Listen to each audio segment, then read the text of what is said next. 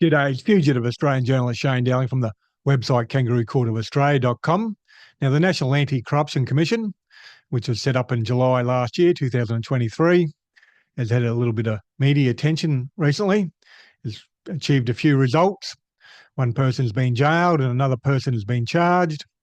But the biggest result it's achieved so far is it had some whistleblowers come forward blowing the whistle on the National Anti-Corruption Commission, raising some questions about its achievements or ability to achieve results.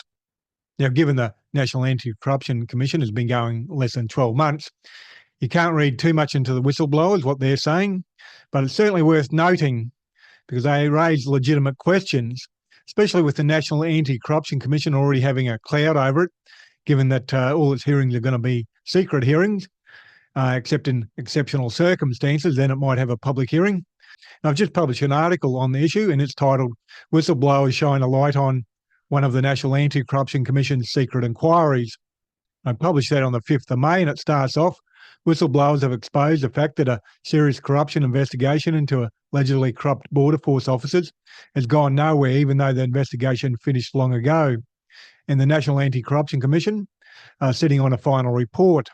Before we look at the whistleblowers' allegations, it should be noted that the National Anti-Corruption Commission only started operations on the 1st of July 2023.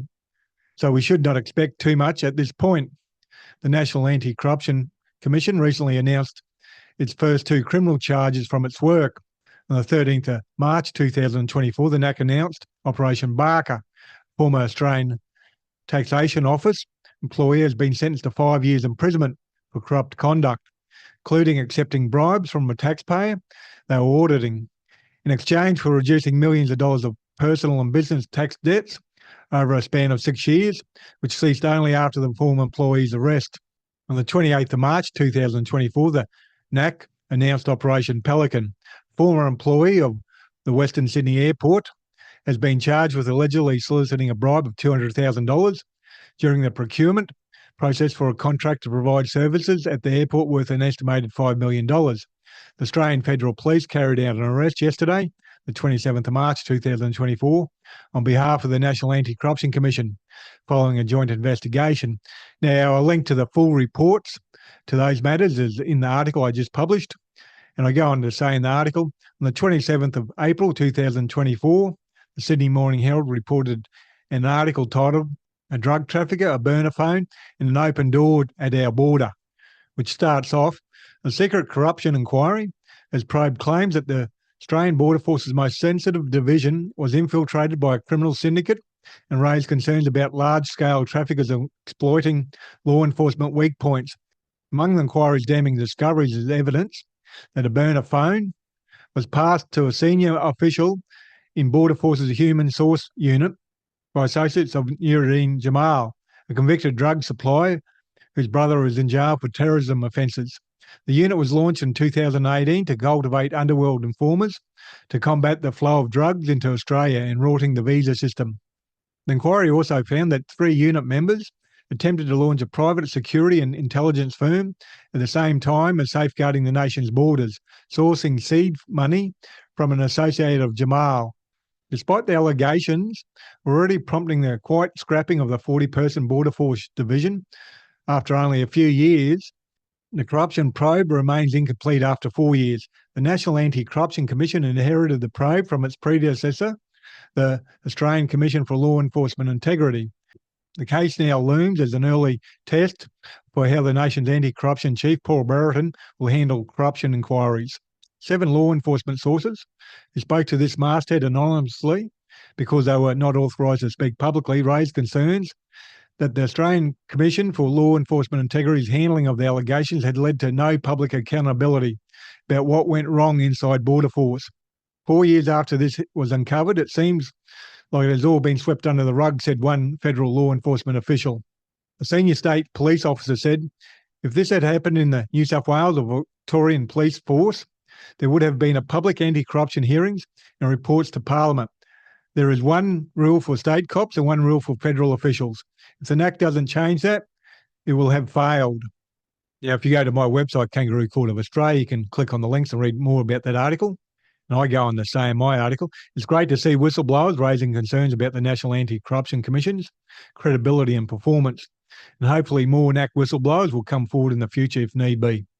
This website is an anti-corruption website, so it's no surprise that I will be following the NAC very closely.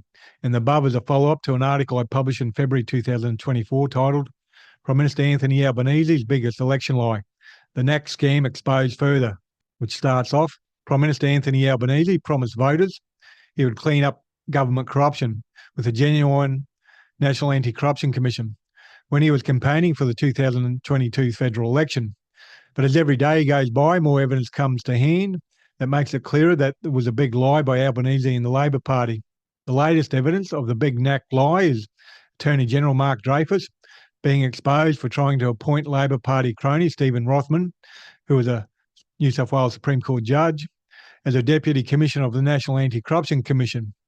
While the jury is still out regarding whether or not the NAC will have much success, one thing that is unsustainable is the rule meaning that the National Anti-Corruption Commission hearings are in private except in exceptional circumstances. The exceptional circumstances criteria to justify public hearings was designed to protect corrupt politicians. And the longer it stays in place, the faster the NAC's credibility will be destroyed. So that's just a bit of an update with the National Anti-Corruption Commission's at.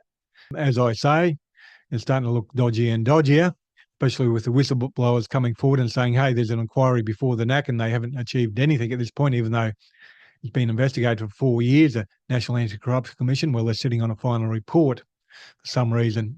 That by itself isn't conclusive evidence, but the National Anti-Corruption Commission has failed, but it's obviously shining a light saying, hey, there's problems here. And as I say in the article, I'll keep on following up.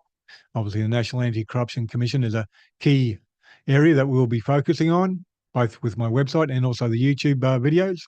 In Kangaroo Court of Australia's independent media, I publish a website and a YouTube channel, and I'm 100% crowdfunded from viewers like yourself, so please support my Patreon account. I currently have 415 patrons donating $2,374 a month. I need to almost double that to become financially viable, so you can donate any amount, $3, $5, $10, $15, $20, $30, $40, $50 a month, whatever suits your budget. It all helps out. And the link for the Patreon account will be below this video on YouTube and also on my website. And please share this video on social media and please hit the like and subscribe button. Other than that, thank you for your time and have a good day.